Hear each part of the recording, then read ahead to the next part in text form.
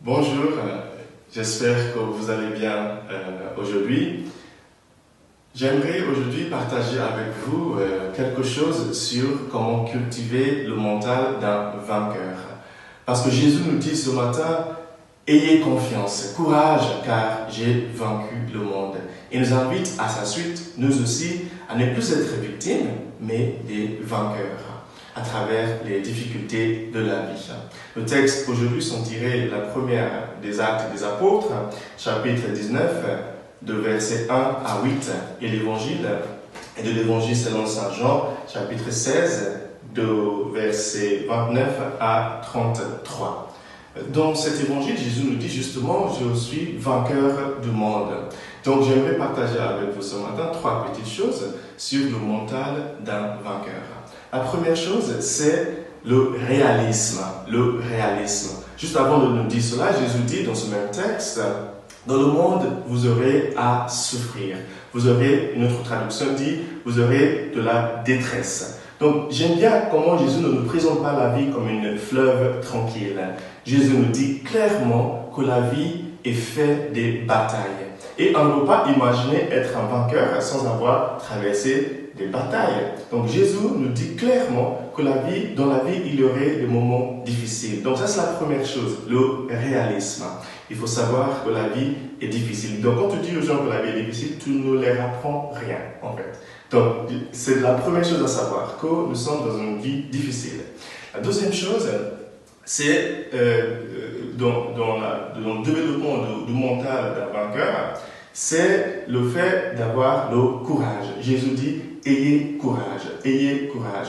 Mais qu'est-ce que c'est le courage? Le courage ne veut pas dire que tu n'as pas peur.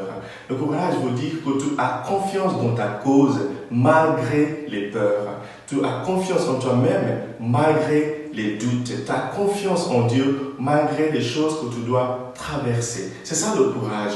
Et d'ailleurs, une autre traduction française que j'aime bien dit « ayez confiance ». Plutôt que de nous dire « ayez courage », il nous dit « ayez confiance ». Donc, ayons confiance dans notre cause, ayons confiance en Dieu, ayons confiance en nous-mêmes, et ça va nous aider à développer le mental d'un vainqueur. La troisième et dernière chose que j'aimerais vous dire par rapport au mental d'un vainqueur, c'est un vainqueur, c'est quelqu'un qui travaille toujours avec les autres. Un soldat ne va jamais seul en guerre.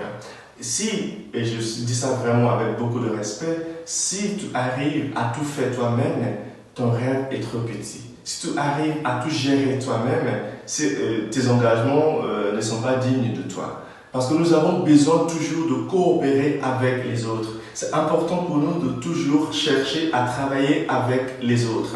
D'ailleurs, dans la première lecture de ce matin, nous avons une belle illustration de cette troisième chose, ce troisième message. C'est qu'Apollos était dans une église à Corinthe, il était très talentueux, il voulait tout faire lui-même, il faisait tout ce qu'il pouvait, mais l'église ne décollait pas. Jusqu'à ce que Paul vienne et leur demande, mais qu'est-ce qu'il y a ici, qu'est-ce qui arrive? Et il explique à Paul, bon, ça fait un moment qu'on est là, il n'y a rien qui bouge. Et Paul leur demande, est-ce que vous avez reçu le Saint-Esprit? Et ils disent, c'est quoi l'Esprit Saint? Et Paul leur impose les mains et ils reçoivent le Saint-Esprit. Rappelons-nous que le Saint-Esprit, c'est celui qui nous aide. C'est l'aide que Jésus nous a promis. Donc, que ce soit l'aide du Saint-Esprit ou l'aide des anges, ou l'aide des hommes et des femmes que Dieu nous envoie, c'est important pour nous de coopérer avec les autres afin de bien traverser nos difficultés. N'allez jamais seul en guerre. Voilà comment cultiver le mental d'un vainqueur. Il faut avoir foi en sa cause, il faut chercher de l'aide nécessaire, mais surtout, il faut être réaliste et savoir que la vie n'est pas une fleuve tranquille. Je prie pour vous aujourd'hui que le Seigneur nous envoie tous de l'aide. C'est lui qui est le Père, le Fils et le Saint-Esprit. Amen.